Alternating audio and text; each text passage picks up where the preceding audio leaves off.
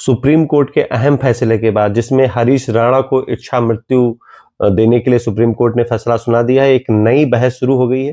पहले हम जानते हैं कि हरीश राणा का क्या मामला है। उत्तर प्रदेश के गाजियाबाद के रहने वाले हरीश पिछले 12 सालों से कोमा में जी रहे थे।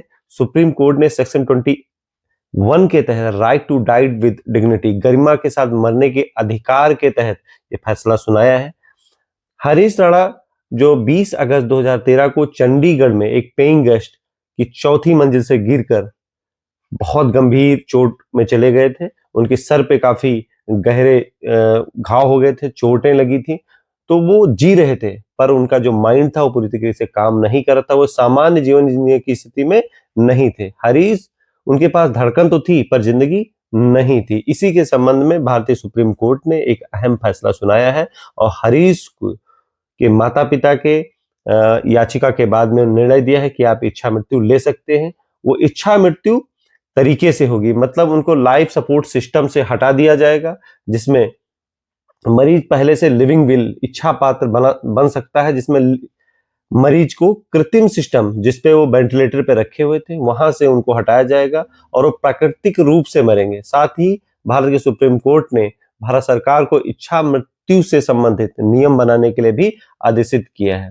इससे संबंधित यूएन के पास भी कोई ऐसा निर्णय या नियम नहीं है जिसमें वो कह सके कि इच्छा मृत्यु वैलिड है या नॉन वैलिड है, पर कुछ देशों में ये नियम लागू है, जिसमें कुछ देश हैं जो इच्छा मृत्यु देते हैं, जिसमें डॉक्टर की अनुमति और सख्त शर्तों के साथ इच्छा मृत्यु ली जा सकती है, जिसमें Netherland, Belgium, Luxembourg, Canada, Colombia है।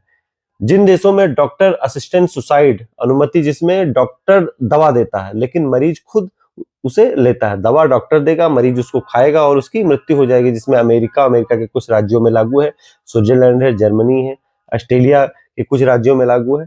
भारत में ये पहली बार लागू हुआ है, जिसमें इच्छा मृत्यु को सुप्रीम कोर्ट ने वैलिड किया है। मतलब पहला निर्णय है जो सुप्रीम कोर्ट के आदेश के बाद किसी व्यक्ति को इच्छा मृत्यु दी जाएगी।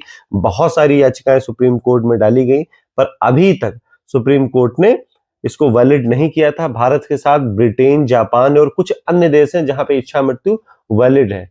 भारत में सबसे पहला जो मामला आया था इच्छा मृत्यु को लेकर, अरुणा रामचंद्र शानबाग, जिनको आप जानते हैं, जिनको एक रेप के मामले में उनको बहुत तरीके से चोट लगी, बुरी तरीके से 42 सालों तक वो कोमा में रही थी। सुप्रीम कोर्ट में उनके बारे में याचिका डाली गई थी, पर उनकी मृत्यु निमोनिया से हुई थी, वो याचिका पेंडिंग रह गई थी। ये वीडियो आपको कैसा लगा, क्या नियम सही है क्या गलत है, आप जरूर बताइए। जय हिंद, जय भारत।